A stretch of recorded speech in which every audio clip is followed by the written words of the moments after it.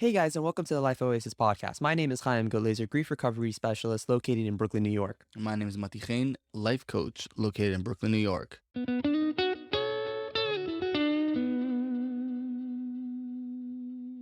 Hey guys, I would like to give a quick thank you for our new and improved intro to YC Suffern on the guitar and Mendel Goldman for engineering it. Thank you guys so much. We really appreciate you. We have with us today basketball coach, entrepreneur, teacher, and personal growth junkie, and also a classmate of mine, Yosef Halevy. Welcome, Yosef. What's up, man? Good morning. So tell us a little bit about yourself. A little. From Brooklyn, Crown Heights. Definitely moved a lot around as a kid. I spent every summer in LA since I was 7 years old, so that's where my not Crown Heightser accent comes from, and I'm very thankful for that. I love basketball, love reading books, just love a good adventure, love spending time with great people. I'm very happy to be here, honestly. So how did you get into basketball? That's a good question. So when I was in elementary school, I had a really hard time. I got bullied really badly, and life was just overall challenging. Basketball became a space where I could just be me, do my own thing. At the time, I didn't realize it, but basketball was just a place where I was present, and that's the power of being present. And I just followed the joy that the game gave me and took me on a pretty epic journey. So you said present. Could you just take us in a little bit more what you meant that it made you feel present? Sure.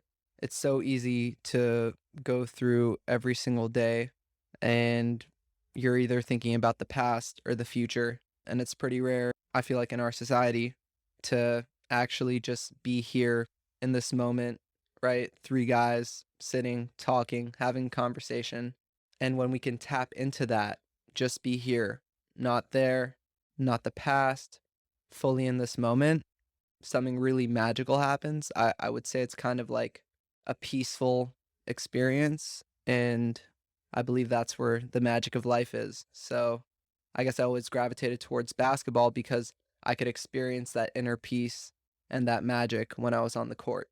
That's beautiful that you found that in that space that you created for yourself, because so many times in life, we're always busy running from here, running there, especially when you get older and you have more responsibilities. You don't really find that time to ground yourself, to stabilize yourself, to be more you. And having that outlet in life is extremely, extremely healthy. And I think that is the way to grow. Like people that are in the job and they're all stressful and everything. And the first thing in my coaching, I always ask people is, what do you do for yourself? The one thing that you do for yourself to feel centered, to feel grounded, to feel connected to yourself. And it's really interesting how through a sport where you're running back and forth and you're like chasing something and, with a whole bunch of other people, that's where you feel presence. For sure. And what's crazy on top of that, like what you just said about how people are literally going through their day, going through their lives, and they're not even there. Like what? Yeah. And it's like, and you have that one thing that you do for 30 minutes or an hour and a half, and that's where you get to be present and experience life. Because ultimately, like the positive elements of life can only be experienced in the present. And it's wild that we're at a point where it's like we're just bargaining for those 30 minutes. And how awesome would life be if we could be like that, every second of every day, or even half the day, or even 3 hours of the day, just be there. So it's pretty wild to think about. Yeah. It's very wild. There's something I always ask my clients is, if money wasn't a factor here, if you had all the money in the world, if you didn't have to Great question. work, what would you do? And I've almost never heard someone say, oh, I would do nothing. They always said, they'll bring out a certain passion of theirs that they've been dying to bring out, to feel more present with themselves, to feel more connected to themselves. And it's extremely important to do in our life. It's extremely important to be more us, because when we have that 30 minutes, that hour and a half where we play basketball or do whatever it is, if it's art, if it's playing guitar, if it's taking a walk, if it's reading a book, each person has their own way of expressing themselves. That half hour can enhance your entire day. It can enhance your job, your relationship with your kids, relationship with your friends. It enhances you, and it allows you to grow, and you become better for yourself and for the people around you. And also it's like it's a cycle, right? So like the more present you are, the more aware you're going to be and the more likely you're actually going to be to figure out the things that you enjoy doing. And then the more you're doing the things you enjoy, the more present you're going to be. Exactly. Yeah, it's like a mitzvah gereris mitzvah kind of thing. Definitely. Definitely. Being in the present is such an important thing, which we sometimes neglect. Like we'll be at an amusement park with friends and we're just sitting there and we're on our phones and we're just not present. And it's insane. It's like, what are you doing? You have such amazing opportunities, such amazing things around you, and you're just sitting there on your phone. Yeah. And I think like we have to ask ourselves, why are we not present? And it's crazy for me. Like the more aware I become my life and of myself, right? I find that whenever I'm not in this moment, it's usually because I'm uncomfortable. It's usually because I'm afraid. It's usually because I'm insecure. I'm fighting something. There's an element of resistance. And when I find myself feeling that way now, I just start digging into it. It's like I see my mind drifting into the future. I'm like, why are you thinking about that? And I find that there's just so much fear there.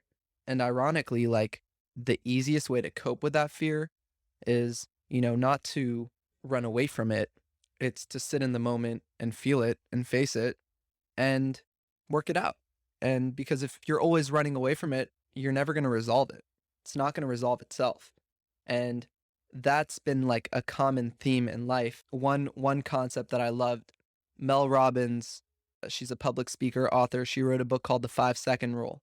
And one of the ideas that she talks about in the book is something called activation energy, which is basically like the beginning of something, of getting something started is generally going to be the hardest part of it, right? To start going to the gym and start working out, the first 2 months are really the most difficult in terms of you never exercised before. Now your body's going to be sore and achy. And once you're 2 months into it and your body's starting to feel good, you're not really getting so sore anymore. You're like, wow, this feels great. And you have 2 months of momentum behind you. So now going to the gym is not a burden like it was in the beginning. It's not even like something you don't look forward to. It's something that excites you, and it's something that becomes an anchor in your life to propel you forward. It gives you momentum to do other amazing things, and it becomes a source of confidence. And the idea of activation energy is like when you become aware of that, the beginning is going to be difficult, but it will get easier and it will get better. And I feel like on the other side of that activation, like 2-3 months down the line, it's life just becomes really awesome and you can discover a lot of cool things.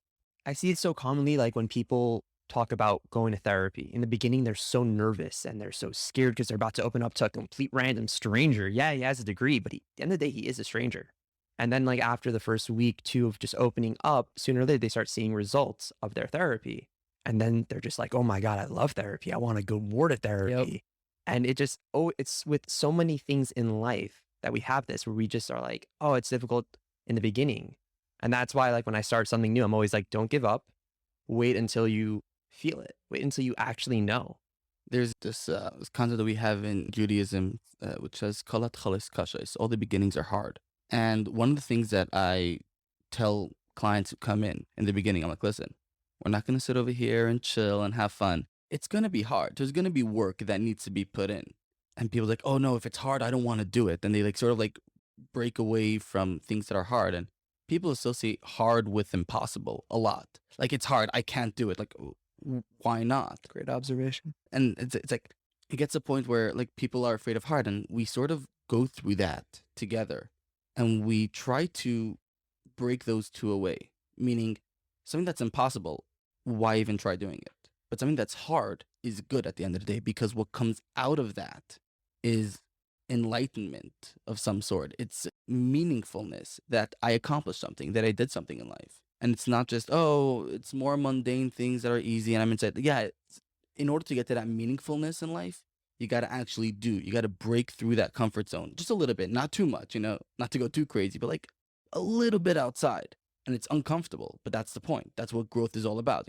As kids, we experience growing pains. Yeah, growing is painful, but it's healthy, but it's good because we're moving somewhere. What's wild about that, actually, I was talking to my mentor the other week, and he was saying he was just pointing out how we always talk about we're creatures of habit, right?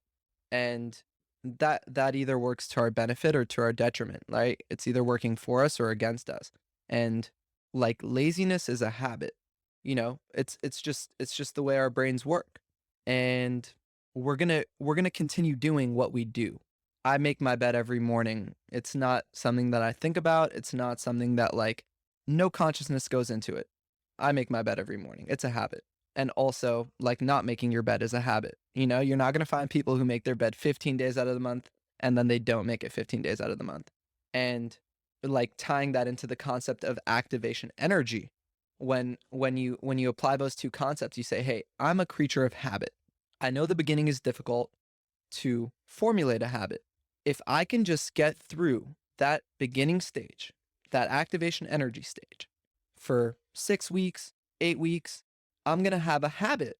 And now that's just going to carry me forward because now you have the habit. Now going to the gym is a habit. It doesn't take much conscious energy. Now you wake up one day and you're like, I'm not going to the gym today. That's going to feel weird because that's your MO. That's how you're operating. And what I realized, I think at a young age, maybe at 18, is like my life is going to be whatever I make it, and I'm going to be living anyways. I'm going to wake up every morning. So why not wake up every morning to a life that I love? Like it's kind of very logical to me. I'm going to spend 24 hours a day on this planet. So why don't I spend those 24 hours in a home that I enjoy, around people that I enjoy, in a workspace that I enjoy, doing things that I enjoy, because I'm going to be here anyways. Yeah, I mean, I just spoke to a friend of mine yesterday, and he sort of like divided it a little bit. He's like, listen, you have a choice. Are you going to live your life by default, or are you going to live your life by your choice? And if you live your life by default, you're going to let things happen the way it is, and then you're just like going with the flow. But if you live your life by choice, that I have a choice in life and I can make my life something, I can create a new reality in my life, then it takes work and it actually takes effort to do. Also, you said about like habituating yourself into certain routines and stuff like that. A few years back, I learned about Maida'ani. When you wake up in the morning, you put your hands together, you say Maida'ani. I learned what it actually means, how you're thanking God for a new day, another chance to live. And I felt that was super important. And I really wanted to every morning wake up, put my hands together and say Maida'ani. And it was super difficult. Probably spent like 6 months going on and off. I had a week here, a day here, a month here. And I don't know what happened. Just middle of nowhere, I realized I was like, oh my God, I've been doing this for 3 years. I'm still waking up saying Maida'ani like that and thanking God for a new day. And it's beautiful, just what little habits can do for us. Absolutely. And running with that, it's like you have 20 of those habits in a day and your life is awesome. Like I call them anchors, right? They're like the things we do, like these weird little things that keep us grounded. And like when we're thrown off kilter, they kind of bring us back to ourselves. And it's like when you know that no matter what happens, no matter where you are, you're going to wake up and you're going to do that Modani. That grounds you. That brings you back to yourself. And on what you were saying earlier, Mati, is like you can either live your life default, let things take their course and live as a result of that, or you can be intentional. And I think the first step to being intentional is starting with the end in mind from 7 Habits of Highly Effective People. But it's a definitely there's a lot there. I asked myself, who do I want to become? And you take yourself down the line. You take yourself 3 years into the future. You say, what do I want my life to look like in 3 years? Now, where I think this gets complicated is like that's a huge question. That's a tough one to answer. So what I find that I do that helps me with that is I break life down into 5 categories. So I call it 5 healths. So you have your physical health, your spiritual health, your mental, emotional health, your social health, which is like your relationships. If you're married, it would be with your spouse, with your brothers, sisters, parents, friends. And then you have your material health. So I ask myself, what do I want my life to look like physically in 3 years, right? What do I want my body to look like? And I define that. What do I want my life to look like spiritually in 3 years? And I define that. What do I want my life to look like mentally and emotionally in 3 years? Define it. Socially, define it. Materially, define it. And that kind of helps me create a vessel to put all this information out on, and then, start with the end in mind and then work backwards. Say, okay, who do I need to become? What actions do I need to take to become that person who is able to do 100 push-ups in 3 years? You know? How often do you do this assessment? So I wouldn't say I have like a set time period for it. I kind of like to revisit this stuff whenever I'm feeling off. And other than that, I have like a pretty flexible outline that I follow. But whenever I'm really feeling off, which has happened less and less frequently, thank God, I go back to the drawing board. Yeah. When you say that you start feeling off, you're going back to you're doing the work. That's a really hard thing for some people. What would you tell someone who's feeling off and is having a hard time getting back on track? How do you deal with that? So the biggest thing for me is you have to have a vision. And it's hard to do, but the rewards are so beneficial. I mean, so I say you have a vision because like when somebody's having a really difficult day, if you're just putting like leaving your life in that day, that becomes really difficult. If you're having a difficult day, but you have a vision of where you want your life to be, of where you want to go, how you want to experience the human experience, it makes those difficult days a lot more bearable because you say, all right, you know, I'm keeping my eyes on the prize. This might hit me, that might push me off. So I'd say when I'm feeling off, I really focus on the vision. I remind myself why I'm doing it, because the why in Man's Search for Meaning, Viktor Frankl quotes Nietzsche, I believe, he who has a why can bear any how. And it's so important that our why power is bigger than the challenges, because if it's not, it would be a lot more difficult to have the drive to persist through the challenges. Something that I like to do in business coaching is, for example, when someone needs to get a truck, right? So there's a lot of complications to buy a truck for his business. There's this, and then there's license, and there's paperwork and everything. And we can get very caught up in the mundane, in these small little details. So what we usually do is ask him, why did you create your company? And then ask him why again, and why again, and why again, and why again, around 5, 6 times. And then we sort of get to the core of like the purpose of like why he created his company. Why is his company different? What's his personal expression in his company? And then, for example, if it's to make people feel better wearing a certain clothes, so okay, have that in mind. So when you buy a truck, remember that it's to make people feel better.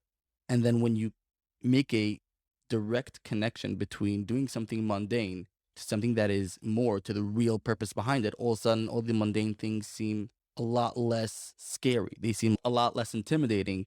And you sort of have this energy and motivation to actually take it on head first and go straight into it fearlessly. For sure. Oh, I mean, I think this is like a very fundamental concept to go places in life, to, like you said, just think of the bigger picture.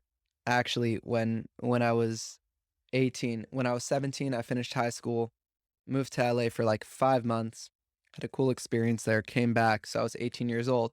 And I kind of just, I made this image in my head of like my wife and kids and family. And I just started working, right? Like I started hustling.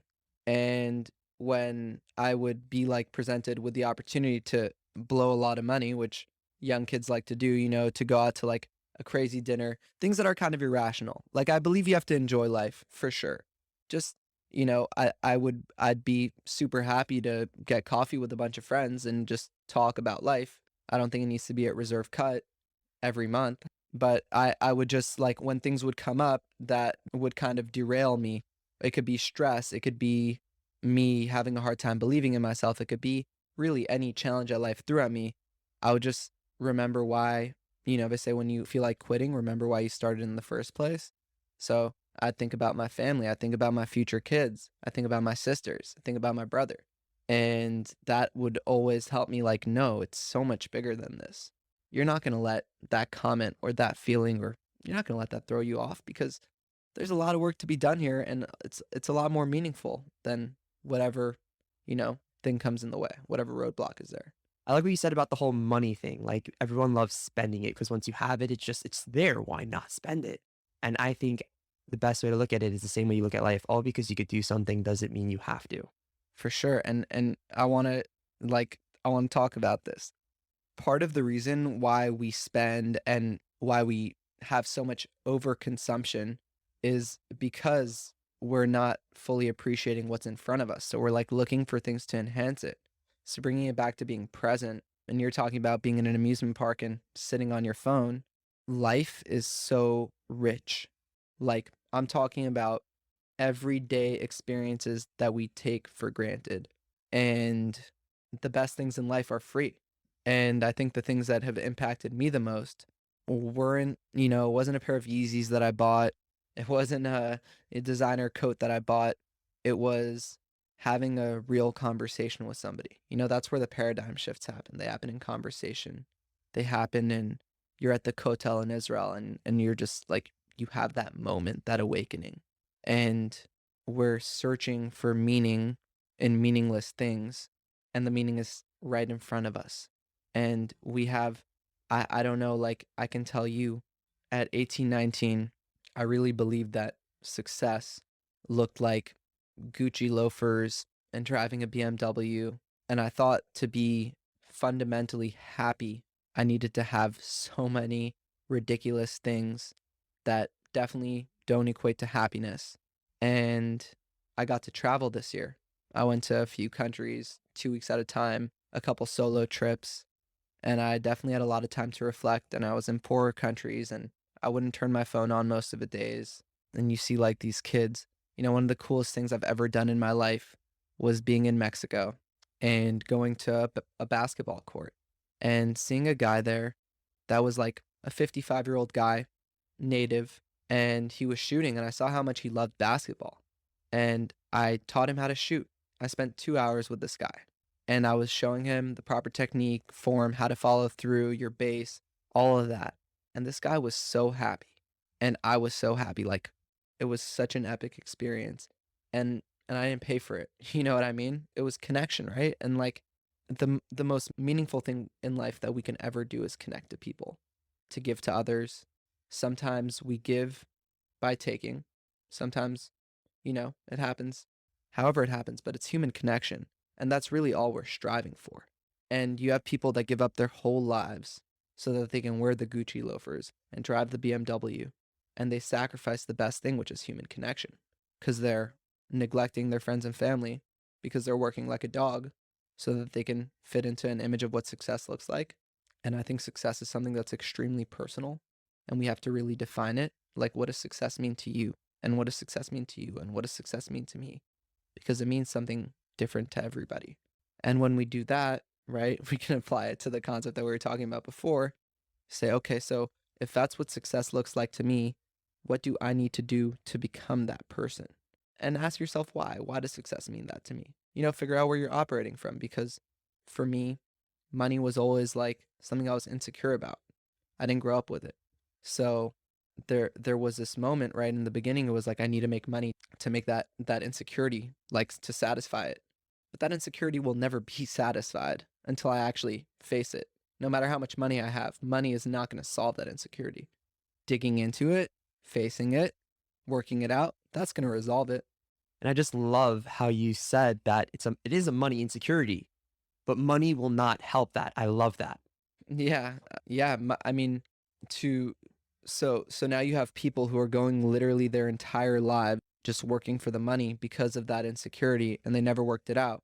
Activation energy, right? Much easier to just stay the course and keep doing what you're doing. And to me, that seems like a really tough existence. I wouldn't want to go through it. Really, you're operating from fear. So I don't know if like shallow is the word that I would use, because it's very pain based. Like, there's a lot there. I think there's two ways to look at it. I mean, some people just don't know any better. They're not taught differently. They're taught this is what is valuable, so go strive for it. I think that would be shallow. I think for some people it's a legitimate insecurity, and we all need people in our lives to keep us in check, to be real with us. I was with a friend the other week. It's a little embarrassing. And he's like, Yosef, your breath smells. I love you. And like, you're an amazing person. And I want you to know that. And I looked at him and I was like, thank you. Thank you. Like that, thank you for bringing that to my awareness because I didn't know that. So I could have went, and I figured it out, right? So I could have gone for the next 6 months, nobody telling me anything. And every person I'm having a conversation with is like, damn, this dude's breath smells. And yet, if somebody would have said that to me 2 years ago, I probably would have gotten very offended. But I've worked on that and I was able to thank him because ultimately he was doing me a favor. He was being honest. And we need those people. We need those people who are going to say, Yosef, is this really you? Mati, is this really you? Are you being true to yourself right now? And those are really important conversations to have. Yeah. Many times when people are, when they're ready to take another step in life, when they're ready to get married, when they're ready to start a business, I always ask them, is this something that you want or is this something that someone else wants for you? Maybe your parents want it for you, maybe your friends want it for you. Mm. Many times in life, people tell someone, yo, you should totally do this, you should totally do that. I can see you have so much potential, but they're not what you really want. And, even like when it comes to getting married, for example, like, oh, you really got to get married, it's good for you and everything. Like, it's not really what you want. And something that this comes back to grounding yourself. It's to understand yourself and ground yourself and allow yourself to be.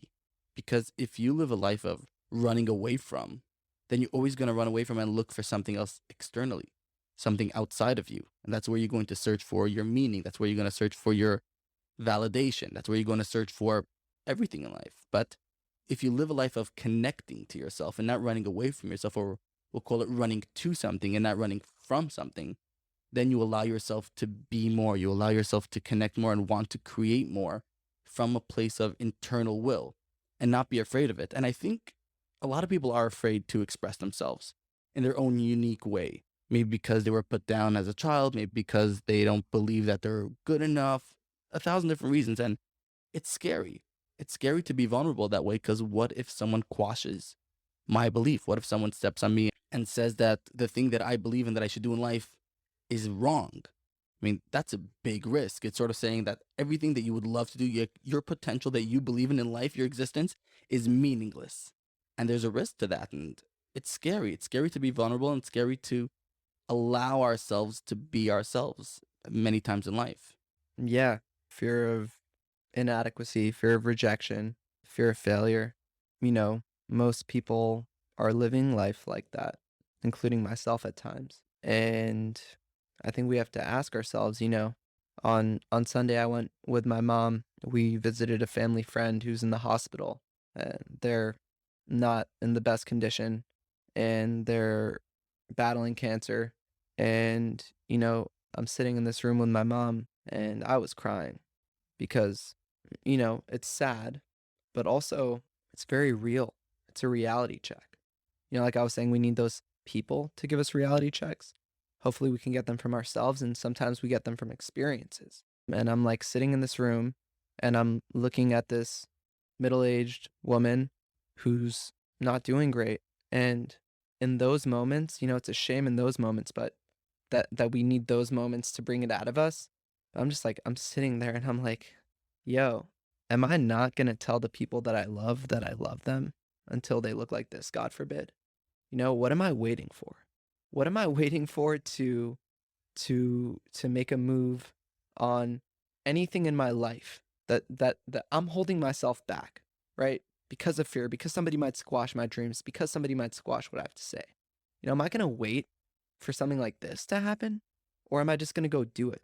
And because you realize that life is so much bigger than whoever's putting you down or whoever's telling you that you can't do it or whoever's telling you that you have to do it. You don't have to do anything.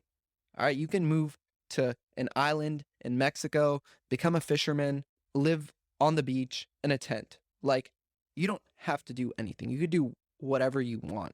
And obviously, you should want to do things that are conducive to your well-being. And it's so easy to get confused, especially when we have so much noise in our lives from everybody, right? You have to do this. You should do this. Oh, don't do that.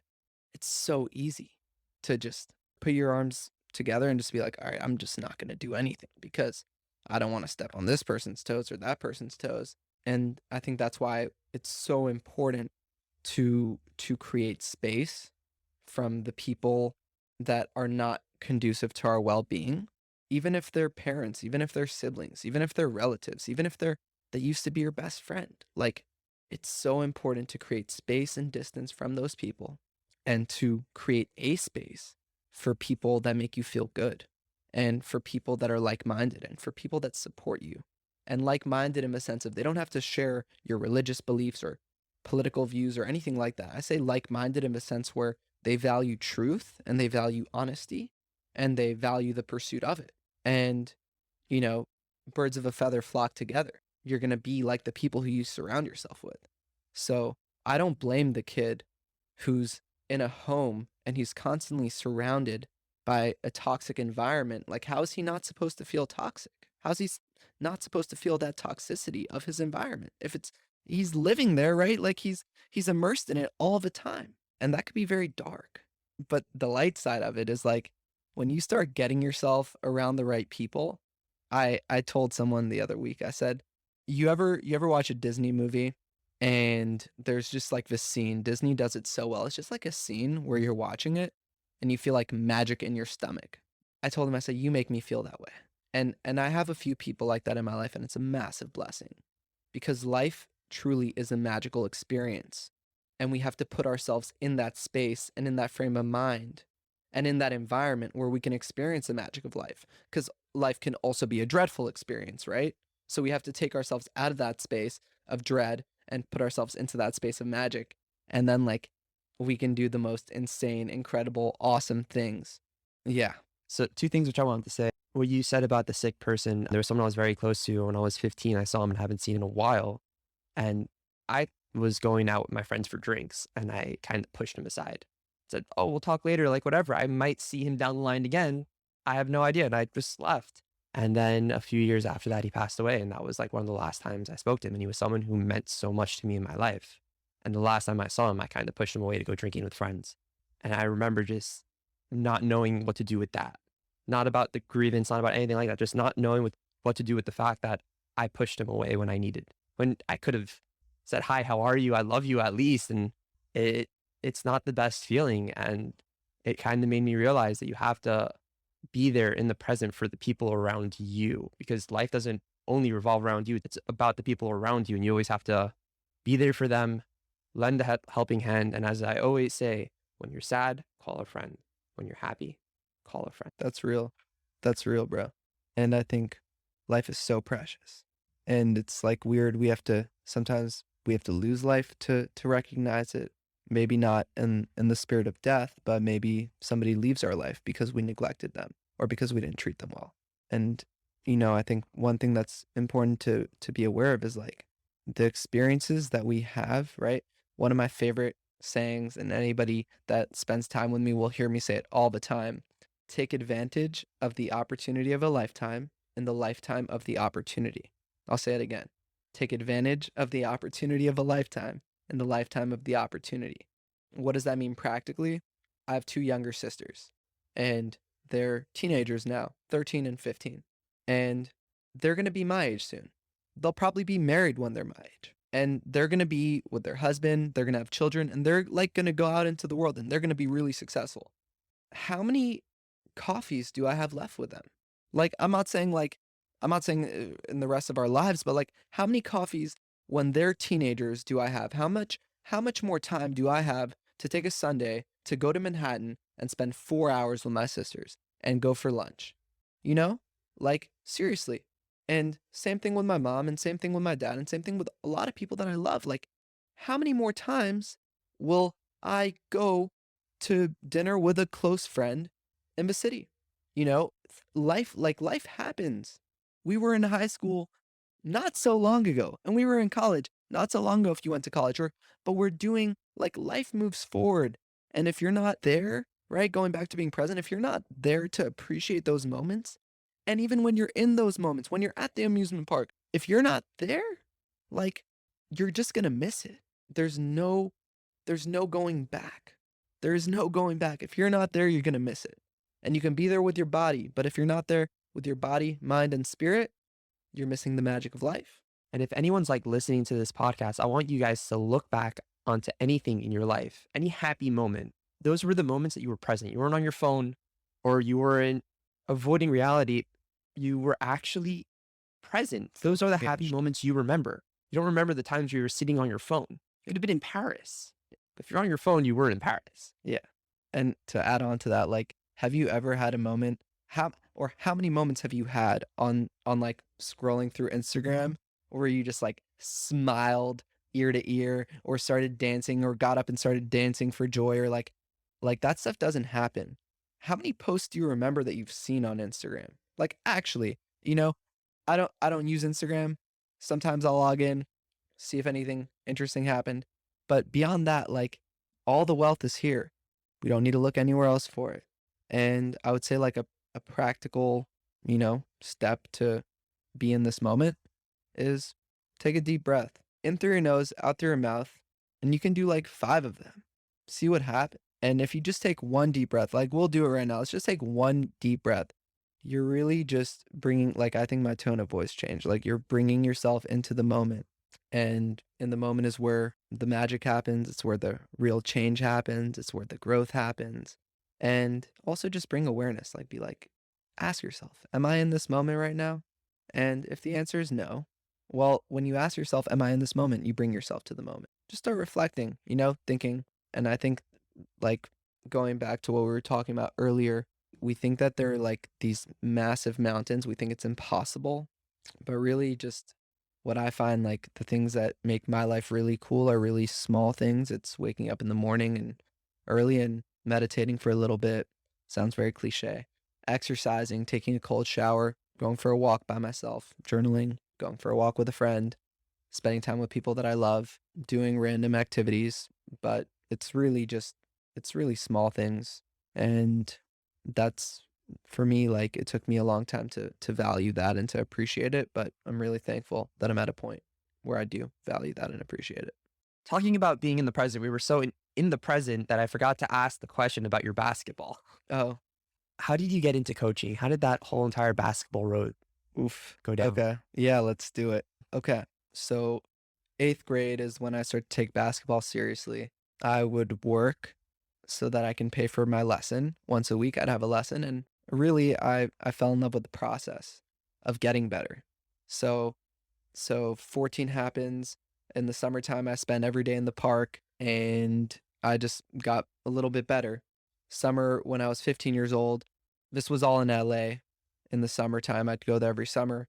I would wake up at 5:30 a.m. and go to Beverly Hills High School and train. And I met an NBA trainer one morning. His name is Kenny Ellis. He's an amazing person. And he ended up training me. He was like fascinated by this little Jewish kid that he saw in the gym at 5:30 in the morning by himself. And he said he was going to Boston to train somebody on the Boston Celtics for 10 days and that I should call him in 10 days.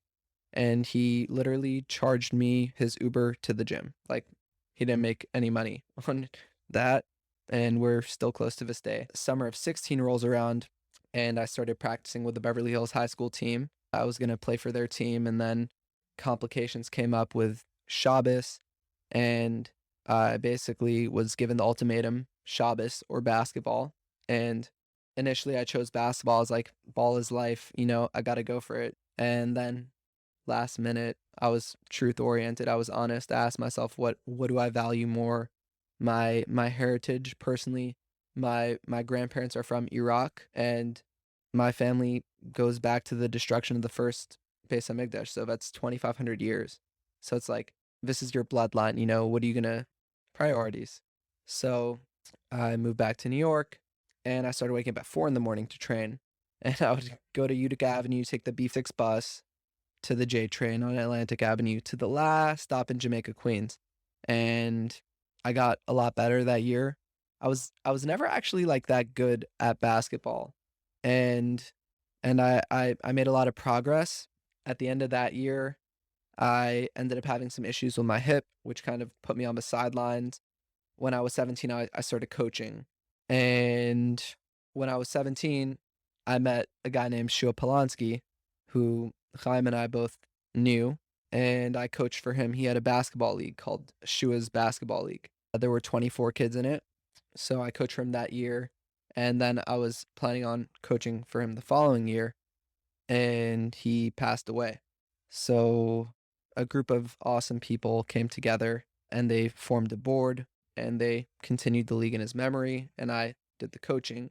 And that summer of 19, I worked with NBA players the whole summer. I helped out a trainer named Drew Hanlon. He's also a really cool guy, and he works with all the amazing NBA players, Jason Tatum, Bradley Beal, and a bunch of other guys.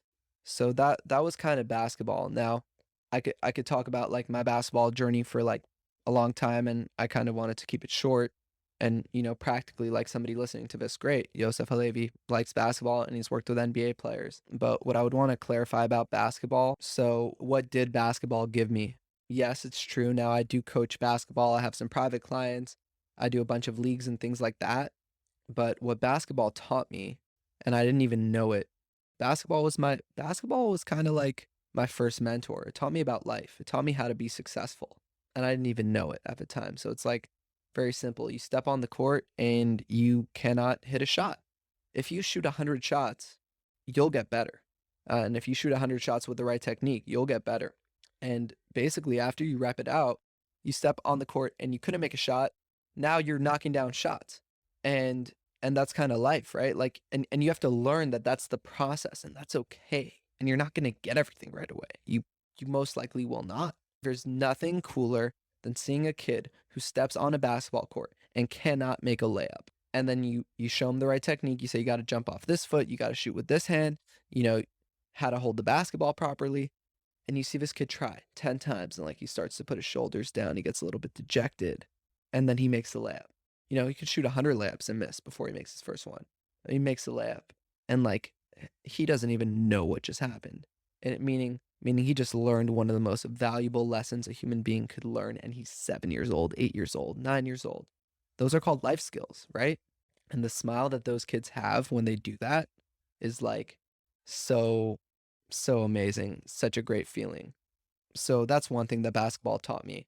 The other thing that basketball taught me is it taught me how to work hard. Like, it taught me that if you want to get better at something, you just have to put reps in. And I guess that kind of builds on the last theme, but that's kind of like, it's so important for people to know that, because when you put this ridiculous expectation that you have to step into something and like do it well, do it amazing, like right when you walk into it, that's not conducive to cultivating any skill, because that's not how it works. If that's how it works, then it would be great, but it's not.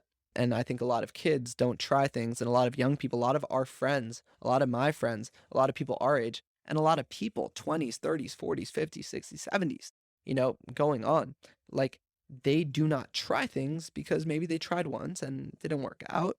But when we have that awareness of like, it's not supposed to work out the first time, practice, you gotta earn it. Then you go into it and you won't feel as bad, or I won't feel as bad, and then I'll build confidence because I'm willing to go through the motions. And I recognize that even though I'm not scoring my basket yet, maybe I'm not making the layup yet, but I'm one step closer to making the layup. And I think that part of the process is very underrated, right? It's like it's the steps that you're taking to bring you closer to where you want to go. That's progress. Just even having a conversation about something is progress. It doesn't even need to be like your plan of action. It's like when you sit down to make the plan about the plan, that's progress. And that's the only way that things happen, one step at a time, one day at a time. Like, instant gratification is such a common theme now. Like, we expect things to come to us right away. Just to cap off that thought, the only way we're ever really going to get something down is by repping it out and trying it. So with all this progress talk, it's so difficult to consistently make progress because you get into your comfort zone. And when you're in your comfort zone, it's kind of pleasant. And growing is uncomfortable, so it's unpleasant. What do you recommend to the people you coach in basketball when things are just unpleasant? They're trying, it's hard to jump that long. What do you recommend to them? Oof, it's a good one. What I would say is, and I think like definitely an important life philosophy, is that sustainable change, right? Change that we can sustain is gradual. And going back to that like instant gratification idea, it's just not how it works. You're not gonna get it right away.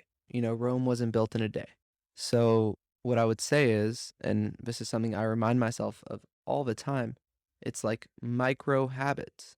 You just have to break it down almost to science and keep it as simple as possible. Like the goals that we set, I think in life coaching, I'm not a life coach. There's this idea of when you create goals, they have to be realistic.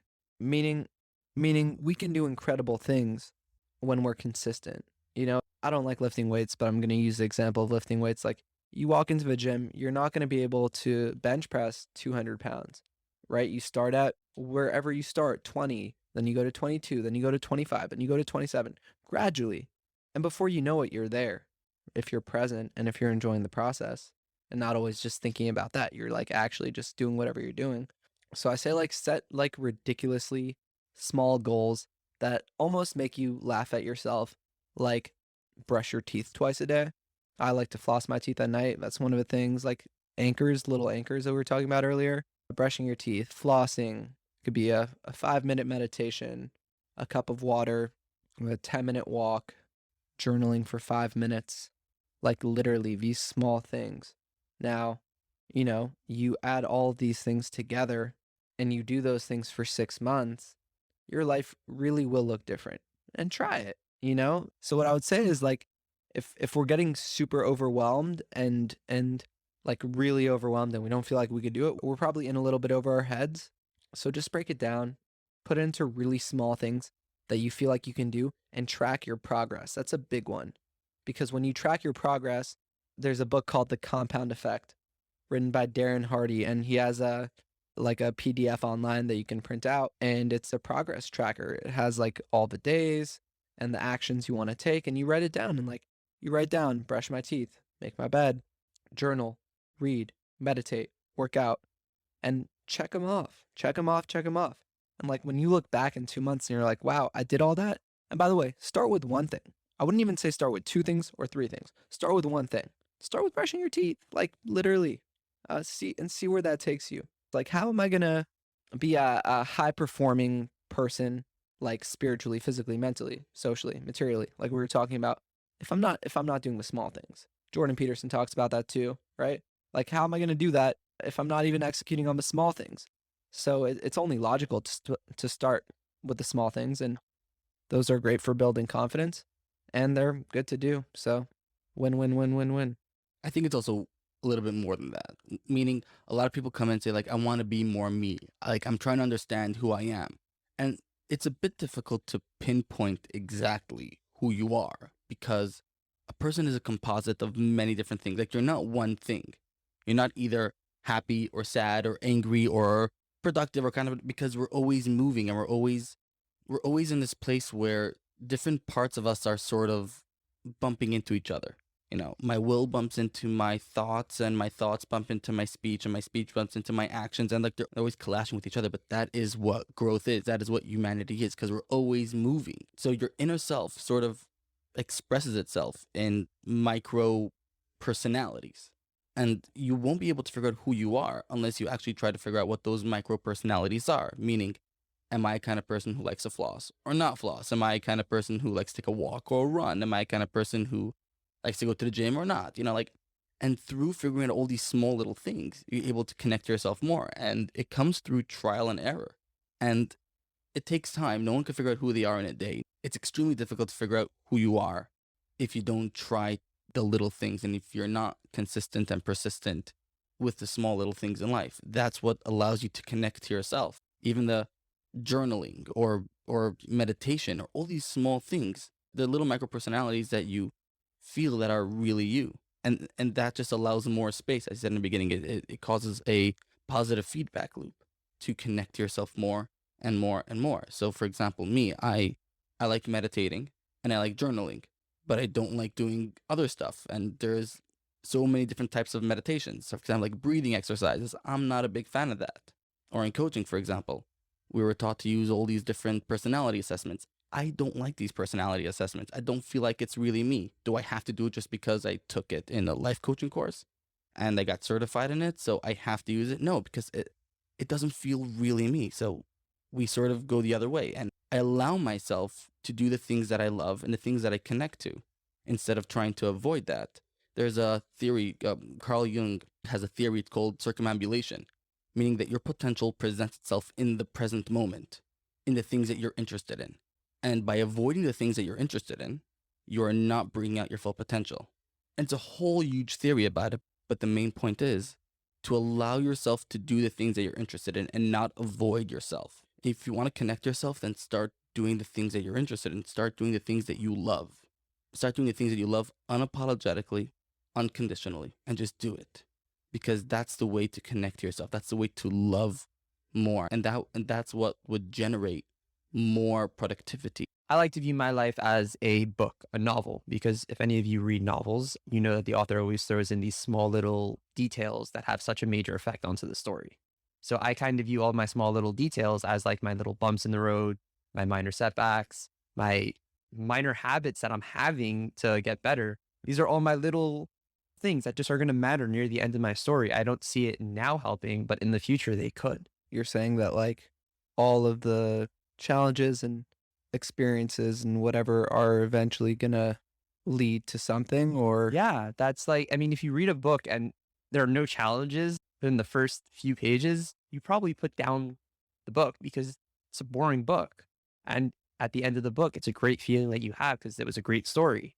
And that's how I kind of feel about my life, that it just, all these things happen for a reason until one day I'm just sitting there and I'm like, whoa, look where I am now from then. yeah, and on that, I think there's something very powerful there, which I read this in a book called Cybernetics, which is a great book. Just because you made a mistake, that doesn't mean that you are a mistake. And just because you failed, it doesn't mean that you are a failure. And, you know, we're going to have these bumps in the road. They're inevitable. And it's up to us to really, you know, put whatever spin on it that we want. You know, I barely graduated high school, and then I graduated college with like a really good GPA. And I guarantee you, like, somebody would have went to my teacher in 12th grade and been like, which of your students do you think will be successful in business or in life? Just like successful. I guarantee you she would not have said me. And that's okay, because like I was betting on myself. But I think it's so important to bring awareness to that. Like, we're gonna have bumps in the road. And really the way the rest of the book is written is based on how we react to those bumps, you know? So it's really about what do we do when we're hit with a challenge, or what do we do when we make a mistake, after we make a mistake, after we, you know, maybe fail at something, or how do we bounce back? What's our reaction? And I think that ultimately, like, that defines who we are. I mean, literally, you know, how do we react to things? Because some people get derailed by the smallest things. And if they maybe, you know, I think confidence has a lot to do with it, but a lot of people don't try because they fail one time. That was their reaction to it. I'm not going to try again. I'm going to give up. Some people fail and they're like, I'm going to get up and keep going until I get it, And they love that. They love that process. I would say I'm one of those people. For some reason, I kind of like enjoy the frustration of the challenges and like struggling. And actually, it's been interesting recently because, you know, where I was in my life 3 years ago didn't look as pretty as it does now.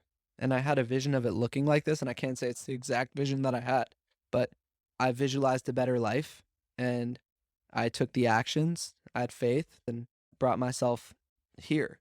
And now it's like I'm pivoting a bit because this whole time I was really operating from like a place of fear, a lot of it, and desperation. Like, that's where a lot of my drive and work ethic, push, came from fear. And now I feel like a lot of those fears I'm at peace with and I've worked through. And not to say that I won't have other fears or that I'm perfect, because I'm far from it. Now, just where I'm operating from is totally shifted. And, you know, like, I'm figuring out, like, okay, well, what's my new source of drive? But what I'm realizing is that a lot of it comes from like just wanting to be a good person and wanting to really serve others and add value to others' lives. And also, a lot of it for me is just structured around being present and maximizing the human experience. But it's really tough to be hit with, and so much of our struggle is like unseen.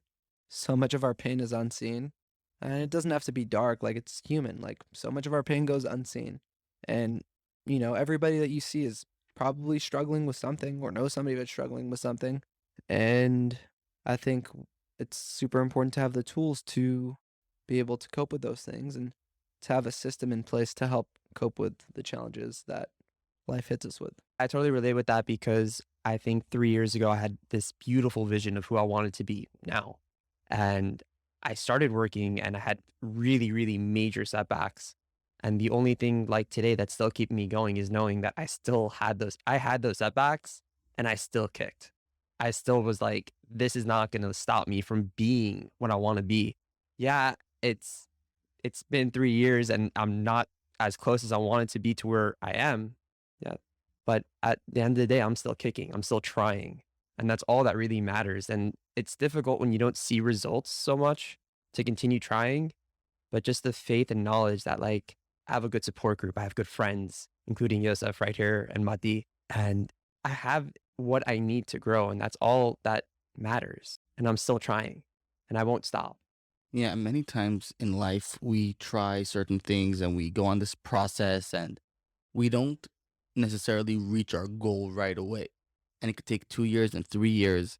And you could say, oh, well, I haven't got there yet. So let's stop for a second and ask, okay, where did we get? How far did we get? And the progress that we made until now, we tend to not put too much value to that because I may have not reached my goal 100%, but I did reach, we'll say 70% of it. I did reach 50% of it, and that has value. Like, okay, this is what I did. This is what I'm capable of doing. How can I make that more? How can I make that 51, 52, 53%? And yeah, it's going to take time, but there is progress. It's not black and white. It's not either I did it or I didn't do it. Because life is happening. Things are happening all the time. And sort of going back to being in the moment, if we don't appreciate the moment that we're in, we're not going to be able to allow ourselves to grow more. There's this beautiful story. I'm going to throw it in here, and I'm pretty sure I threw it in the previous podcast, but I'm just going to do it anyways. There's a story of the Rebbe. There's a guy who wanted a bracha from the Rebbe, and it was a bit urgent. And they said, listen, there's a little trick that you can do. Instead of waiting online and like making a date for Yechidus to have a meeting with the Rebbe one-on-one, you can catch him on the way going from his house to the car and ask him a quick question. So he did that. He waited. And the Rebbe came out and he right away jumped. And everyone's like, no, leave the Rebbe alone. He's busy. And the Rebbe's like, give him a second. The Rebbe spoke to him, gave him an answer. And afterwards, everyone was like, what was that all about? So the Rebbe said that a person lives his life 70, 80 years to do a favor for another person. And you have no idea when that moment will happen. You literally have to value every single interaction, every single moment in life, because you don't know what effect that you can have on another person. And that's going back to being in the present and allowing yourself to be and sort of appreciating the progress that you have made, what you do have in your hands, instead of focusing so much on what you don't have or what you didn't have or we don't have yet. And it's way easier said than done. But that process itself starts with baby steps. It starts with appreciating one moment at a time by journaling, appreciating what you did that day, writing it down, acknowledging it, actually taking the time to think, what did I do today? What did I process today? And write it down. Then you look back at it 6 months later and like, wow, that was an awesome day. Like, this is where I was back then. This is where I am today. Look at how much value I created in my life. Look how much meaningfulness I created in my life through appreciating one day at a time. Absolutely. I think it's so important to enjoy the process like you're talking about, because to build anything epic is going to take time. And if we're not enjoying the process of building it, then it's a lot more difficult to take the time. It's a lot more difficult to put 3, 4, 5, 8, 15, 20 years into building something. And to really build something great takes time. It's just how it works. And, to truly enjoy the process, you do need to be present. And it's so important that people realize that. And when it comes to making money, right? A lot of times people ask me, should I go to college? Should I not go to college? And I think college ultimately, it depends on what you're doing with your time. If you're willing to utilize the experience, it's a great place to learn. Depends on the school, depends on the professors, but there's definitely a system in place to learn. And if done right, it can be a tremendous experience that adds a lot of value. The way that we make money is by adding value, and it's by creating value. Jim Rohn, like an iconic, legendary public speaker, says if you work hard at your job, you'll make a living, but if you work hard on yourself, you'll make a fortune. And we get compensated for the value that we add. So the more value that you're able to create, the more value that you add. If you're a marketing guru, you're coming up with a marketing campaign for somebody. You're getting paid not for your hour, you're getting paid for the value that you add to the marketing campaign, to the money that they're going to make based on the campaign that you create. And that's why the person who's developing a marketing campaign will get paid more than somebody who's a cashier, because the value that they're creating is worth more than the value that the cashier is creating, in the sense that more people can be a cashier than a marketing strategist. And I think the way that we all become successful in terms of making money, and money's important, is by increasing our value. And how do we do that? By investing in ourselves as people, right? Because the more connected you are as a person, the more down to earth you are as a person, the more connected to yourself you are, the more value you'll add. The more you know, the more value you'll add. So much of the stuff that I'm working on now personally in my own life, it's very hard to measure because it's really me investing in myself. And yeah, I do make a living, Baruch Hashem, thank God, but most of my time is actually invested in my own personal development, because I'm really living my life with that philosophy. You know, if you work hard on yourself, you'll make a fortune. And I think it's really important to be aware of that. And look, if you read 5 books, 10 books on marketing, you'll know a lot more about marketing than most people. And you'll probably, combine that with your prior experience in life and the intelligence that you have, especially if you have a good head on your shoulders, you'll be able to do some serious damage. And you're going to be able to create a lot of value. And on that note, just like, I love books. Books have changed my life. 2 things I think that everyone needs. They need books, or they need something to input information. So it could be a podcast, it could be YouTube, it could be anything, but you need something to input good information into your mind. I like to read, and I listen to audiobooks as I read. So I get the audiobook read to me and I just follow along, much easier. So that's 1. So for me, it's reading. And 2, a mentor. Like, a mentor will save you so much time, and they will give you so much great direction. And, a good question would be like, well, how do I find a mentor? I want a mentor. 2 things on that. One is, a mentor could be your mentor for a day, or they can be your mentor for your life. And you can have a bunch of mentors simultaneously. It's not like one mentor. And when you read a book, right, this is what's amazing about books to me.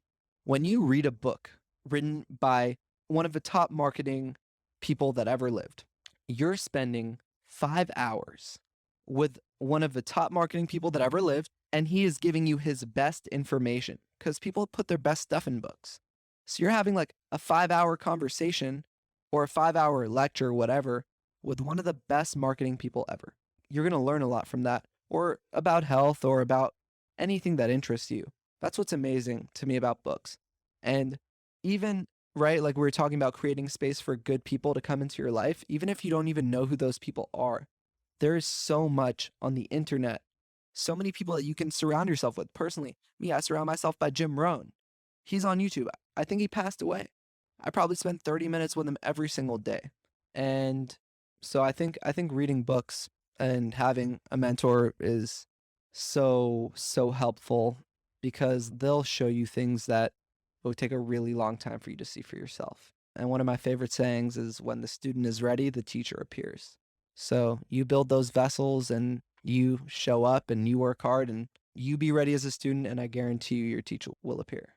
Yeah, I think it's extremely important to have a source in your life where you can absorb information, and that turns you into a resource. And that's just incredible, and we could expand on that for the next 3-4 hours. Yeah, we could definitely talk about it. Yeah, but since we're winding down towards the end of the podcast, we ask all of our guests this question. If you were interviewing yourself, what question would you want to ask yourself and answer it? Like, if I was interviewing myself in this moment? Yeah. in this moment. Yes. Me now asking myself a question that I would want to be asked now in this moment. Yeah. And Okay. then also answer it. Right. And then answer it. And think about this. I think the question that I would want to be asked would be, what drives you to do what you do? And, like what drives you, right? So that would be my question. What drives you to do what you do, to be who you are, and to continue striving to be the person that you want to become? And I think the answer to that would be, kind of mentioned it earlier, but life is really precious. And we're gifted time on this planet, and we're gifted this life. And it's really ours to choose what we do with it. So what drives me is, I really, really just, I'm so happy when I'm in that process of becoming the best version of myself. And I think every day is an opportunity to be the best version of yourself in that day. And I really just love that process of getting better, of learning new things, of connecting to people, of having an impact, and pushing through challenges. And to me, that's just priceless. So what fuels me to do what I do, why do I do what I do, is because I love the process of being better than I was yesterday. And I love it for so many reasons. A, because it helps me build something that I enjoy being in, right? I get to build an amazing life. Two, I get to show people around me that you can really do anything and you can really change your circumstances. And I think kids really need to see that, to be like, hey, you grew up this way and you can change your narrative. You grew up poor, but you can be rich. And you could have grown up, it doesn't necessarily mean money. You could have grown up poor in terms of emotional well-being, and you can be rich in that. I just want people to know that there's really nothing that they can't do. And I say that, and I want myself to know that too. So I'm like saying that to the public, including myself. And I just love to shatter the limitations that I put on myself, or that people put on me. And I love to prove to myself that it's possible, and I love to show others that it's possible too. Give us a moment for that. Wow. That was powerful. Yeah. Thank you for sharing that. I really, really appreciate that. So at the end of every podcast, we ask our guests, what are your 3 favorite books that you recommend people to read and why? And you mentioned a whole bunch of books throughout the podcast, which is amazing. So let's try to make an order. So Okay. what are your 3 favorite books that you recommend people to read and why? Okay, so that's a loaded question, and I'm gonna say it's an unfair question, but it's a good question. Meaning, because everybody needs something else, and when I think of books, I just really think of them in terms of ideas. So when somebody asks me, Yosef, you have any book recommendations? I think of their personality, and I think of ideas that they can benefit from becoming aware of, and it would all be beneficial. Everybody has their own ideas that would help them if they knew. I would say, and I would also say, reading a book is you can read the same book as me and take it totally differently. And also, you could just read the words. I'm basically, I'm creating an outline for what I'm saying. Is the books that I'm recommending are books that I would say you have to really read and internalize and take notes to get the full benefit, or else it's just going to be words. And I would also say it should be read not 3 pages a day over Shabbos. Read it with a highlighter, highlight the things that stand out to you, and every chapter that you finish, write notes on it.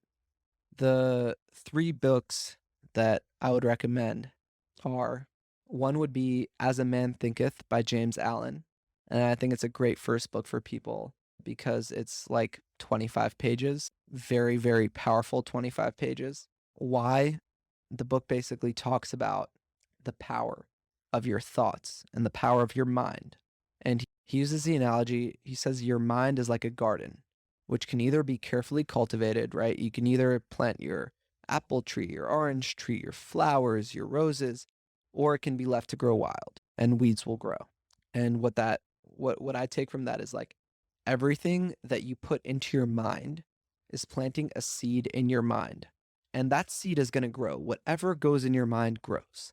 So where your attention flows, your energy goes. So that's why I don't check out the news, because there's so much negativity on the news and it's planting seeds in me. And that's what it does, right? It plants a lot of fear, a lot of anxiety, a lot of paranoia. So that's like a really important idea. And also like watching just any information that we're putting into our mind is going to grow. So be careful about what you put in there, because it's precious and it's going to grow. You don't want that. So that's book number 1, As a Man Thinketh by James Allen. Book number 2, I would say The Magic of Thinking Big by David Schwartz. Also like a classic, old school, maybe written in the 60s. And it kind of, it's similar to Think and Grow Rich by Napoleon Hill. And a lot of these books have similar themes. And also Cybernetics by Maxwell Maltz. Like, we will never rise above our image of ourselves. So if you want to be bigger, you have to see yourself as bigger. If you want to grow, you have to see that growth. And that's why we like to, look down into the future of who you want to be in 3 years, because you can only be as big as you see yourself.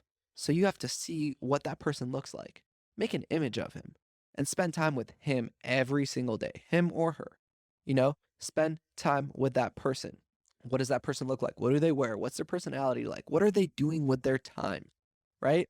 And when we see that stuff, that helps us get to that person. So those 3 books. So that's why I would say, because they teach you. I'm saying I put like 3 books into one, but I would say The Magic of Thinking Big is like the most simple, best book to get you there.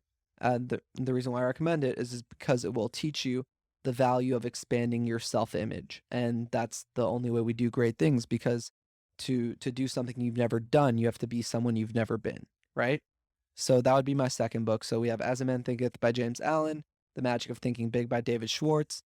And I would say a good second one to read. Like, I would put The Magic of Thinking, As a Man Thinketh first, The Magic of Thinking Big third. The second book I would say is The Compound Effect by Darren Hardy. For people who don't read a lot, it's a really good beginner's book, because he talks about the compound effect, which is basically, small actions done consistently over a period of time will equal to radical results. And why is it called the compound effect? If you've ever looked at a compound interest chart, you'll see it kind of looks like a hockey stick. So it increases gradually, let's say 8% a year, 7% a year, 6% a year. And then it hits this point where it just shoots up. And that's kind of what happens as people, right? It's not like life is not linear, right? What happens is you go and you gradually increase, right? That's that activation energy. That's like that slow warm up, kind of like when you start riding a bike, when you that, it's always those initial pedals. But once you get those initial pedals out, then you start to pick up speed. And that's where you get momentum. And when you have momentum, you can do something in 30 minutes that would usually take you 2 hours, because you have focus, you have momentum, you're in the zone. So those would be my 3 books: As a Man Thinketh by James Allen, The Compound Effect by Darren Hardy, The Magic of Thinking Big by David Schwartz, and my honorable mention would be The Power of Now by Eckhart Tolle. Eckhart Tolle. I don't know how to pronounce his last name, but that book is very dense, so I wouldn't recommend it for a beginner reader, but it's a very, very, very powerful book, something you could probably have to read, 2-3 times. That's my honorable mention. And why? Because it speaks about the value of being present, and it brings tremendous awareness to that whole realm. And that's definitely a massive, essential part of really maximizing the human experience. Wow. Thank you. And the last thing we have is 5 rapid questions. I'm just going to ask you the question, and first thing that comes to your mind, just answer. Okay. You ready? Yeah. Who's your favorite basketball player? Kevin Durant. What's the best advice you ever got? Compare yourself to who you were yesterday, not who someone else is today. Yes. Favorite color yarmulke? Black. Best place to read? Coffee shop. And your favorite genre of music? Classical. And that's all the time we have for today. Thank you so much for joining us, Yosef. It's been an honor and a pleasure. Yeah. I honestly, I had so much fun.